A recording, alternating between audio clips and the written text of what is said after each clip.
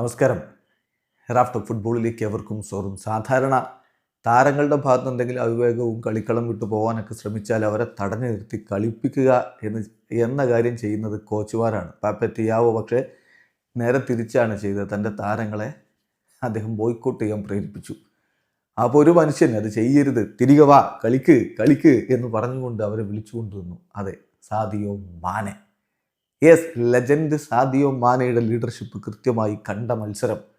കളിക്കൊടുവിൽ Senegal മൊറോക്കോയെ പരാജയപ്പെടുത്തി ഏകപക്ഷീയമായ ഒറ്റ ഗോളിന് എക്സ്ട്രാ ടൈമിൽ പാപ്പെ ഗുയയുടെ കിടിലൻ ഗോളിന് സെനഗൽ മൊറോക്കോയെ പരാജയപ്പെടുത്തിക്കൊണ്ട് ആഫ്കോണിൽ കിരീടം ചൂടിയിരിക്കുന്നു. അത്യന്തം നാടകീയമായിരുന്നു കളിയുടെ അവസാന ഘട്ടങ്ങൾ. 92-ാമത്തെ മിനിറ്റ് എന്ന് പറഞ്ഞാൽ ഇഞ്ചുറി ടൈമിൽ സെനഗലിൻ്റെ ഗോൾ ഡിസലവ് ചെയ്യുന്നു. എന്നിട്ട് ഇഞ്ചുറി ടൈം 98-ാമത്തെ മിനിറ്റിൽ മൊറോക്കോക്ക് പെനാൽറ്റി അവാർഡ് ചെയ്യുന്നു. സെനഗൽ താരങ്ങൾ ആ തീരുമാനത്തിൽ പ്രതിഷേധിച്ചുകൊണ്ട് കളിക്കളം വിട്ടുപോകുന്നു. എന്നാൽ സാദിയോ മാനെ അവരെ തിരികെ വിളിക്കുകയാണ്. ഒടുവിൽ അവർ കളിക്കളത്തിലേക്ക് വന്നു. കുറച്ച് സമയത്തിന് ശേഷം അവർ കളിക്കളത്തിലേക്ക് വന്നു. ആ പെനാൽറ്റി ബ്രൈൻ ഡയസ്, എന്ത് പെനാൽറ്റിയാണ് അദ്ദേഹത്തിന് മാത്രമേ അറിയൂ എന്താ ഉദ്ദേശിച്ചത്. പനേങ്കയാണ് ശ്രമിച്ചത്. ഡയറക്റ്റ്ലി എഡ്വാർഡ് മെൻഡിയുടെ കൈകളിലേക്ക്. എഡ്വാർഡ് മെൻഡി അത് സേവ് ചെയ്യുന്നു. ദെൻ എക്സ്ട്രാ ടൈമിലെ കിടിലൻ ഗോൾ പാപ്പെ ഗുയയുടെ വക. ഏകപക്ഷീയമായ ഒറ്റ ഗോളിൻ്റെ വിജയം നേടിക്കൊണ്ട് മൊറോക്കോക്ക് മേൽ ആധിപത്യം സ്ഥാപിച്ച് സെനഗൽ കിരീടം ചൂടുന്ന സുന്ദരമായിട്ടുള്ള കാഴ്ചയാണ് നമ്മൾ കണ്ടത്. ക്യാപ്റ്റൻ കുലിബലി കപ്പ് പക്ഷേ സാദിയോ മാനയ്ക്ക് ഹാൻഡ് ഓവർ ചെയ്തിട്ട് അദ്ദേഹമാണ് ലിഫ്റ്റ് ചെയ്യുന്നത്.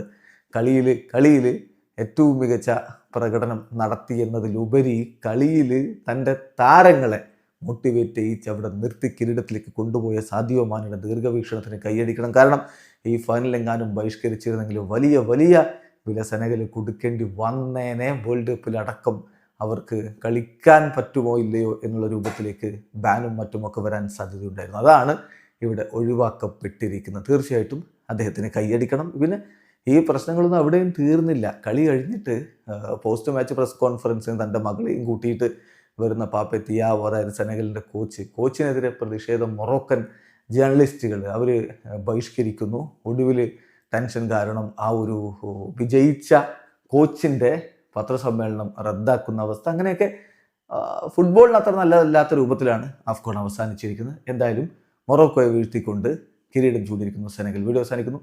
ഫുട്ബോൾ ലോകത്ത് കൂടുതൽ വിശേഷങ്ങളുമായി റാഫ്റ്റോക്സ് എത്താം.